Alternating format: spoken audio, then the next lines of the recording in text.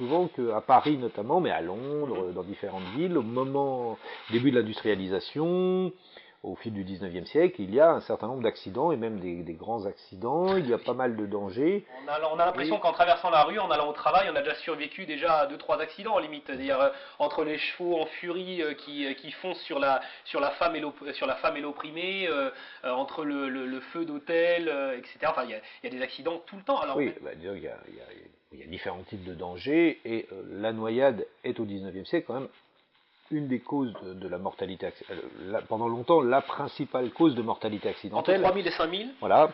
par an, ce qui est énorme.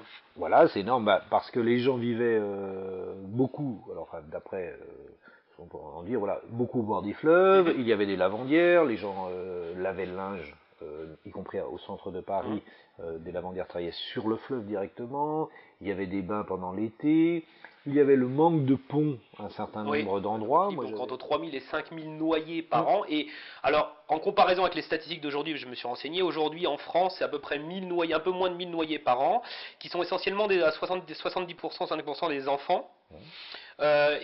Mais à cette époque-là, donc c'est totalement l'inverse, donc il y a beaucoup plus de noyés, donc en 3000 et 5000 par an, et essentiellement des hommes, donc en fait des travailleurs potentiels, des mineurs, des forces de travail en fait. Oui. Si je vous dis le bazar de la charité, ça vous fait tilter automatiquement. Oui. Donc ça s'est produit, donc je crois que c'est en 1897, oui c'est ça. J'en ai parlé donc aussi avec un collègue à moi, donc Didier Roland, hein, celui-là qui en parle aussi dans son livre, donc que je conseille aussi à tous nos téléspectateurs ou nos spectateurs. Donc Culture et Tradition, sapeurs-pompiers de Paris, livre que je vous offrirai en fin d'interview, donc qui parle aussi notamment de divers accidents qui se sont déroulés. Donc connaissez très bien aussi le bazar de la Charité.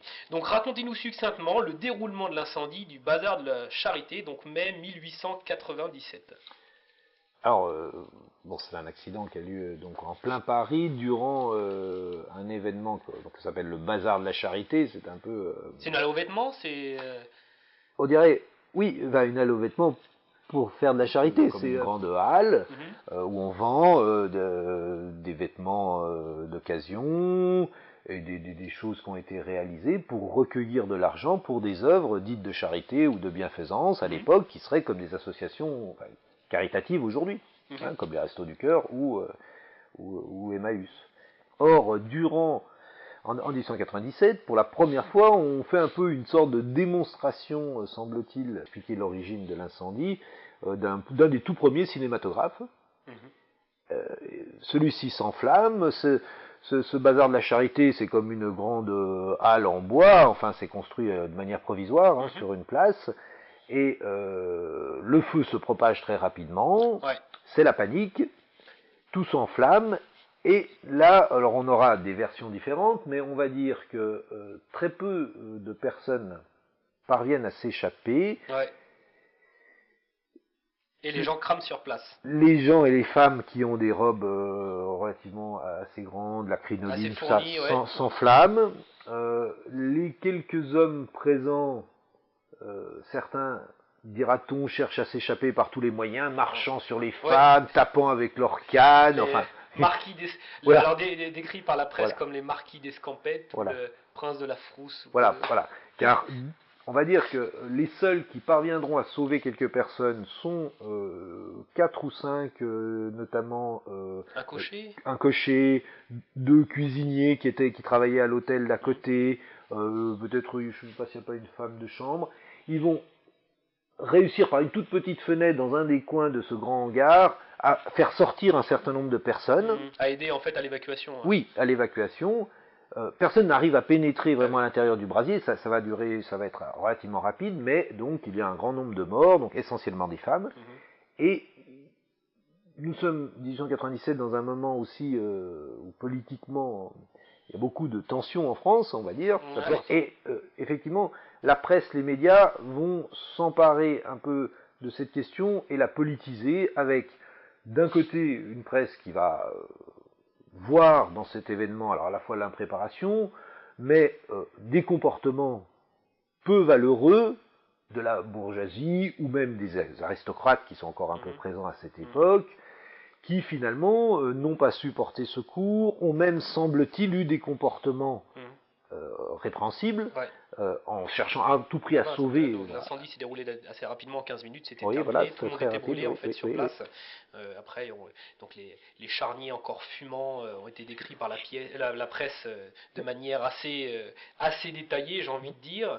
Et il y avait donc en fait donc la presse apparemment qui montrait du doigt, qui montrait, qui partageait donc les courageux des non courageux. C'est une petite revanche aussi par rapport à la noblesse de l'époque, post-révolutionnaire aussi.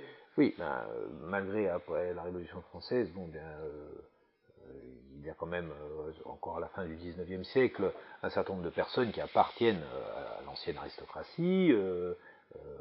On a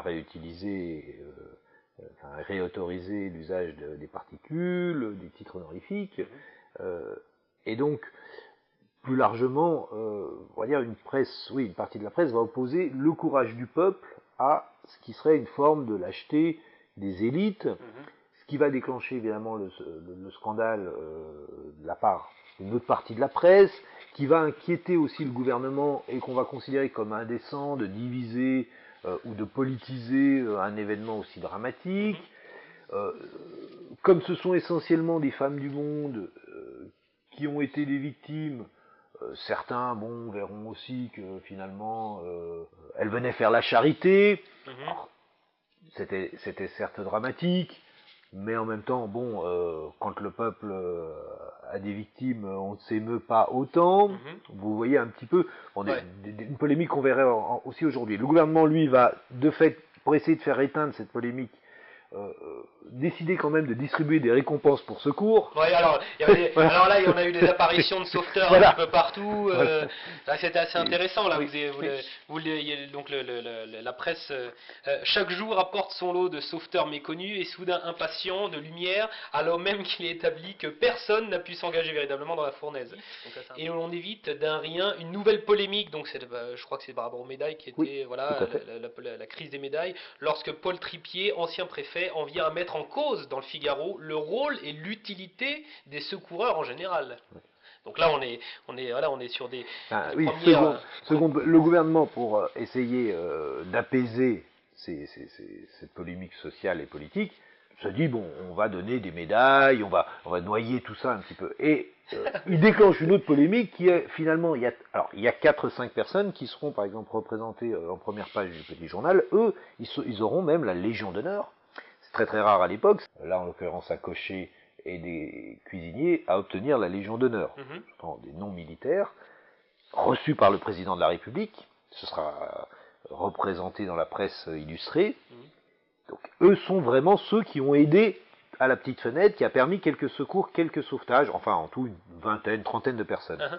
Donc eux, ils méritent effectivement une récompense. Mais ensuite, il y a plein d'autres personnes qui vont se manifester en affirmant qu'ils ont aidé.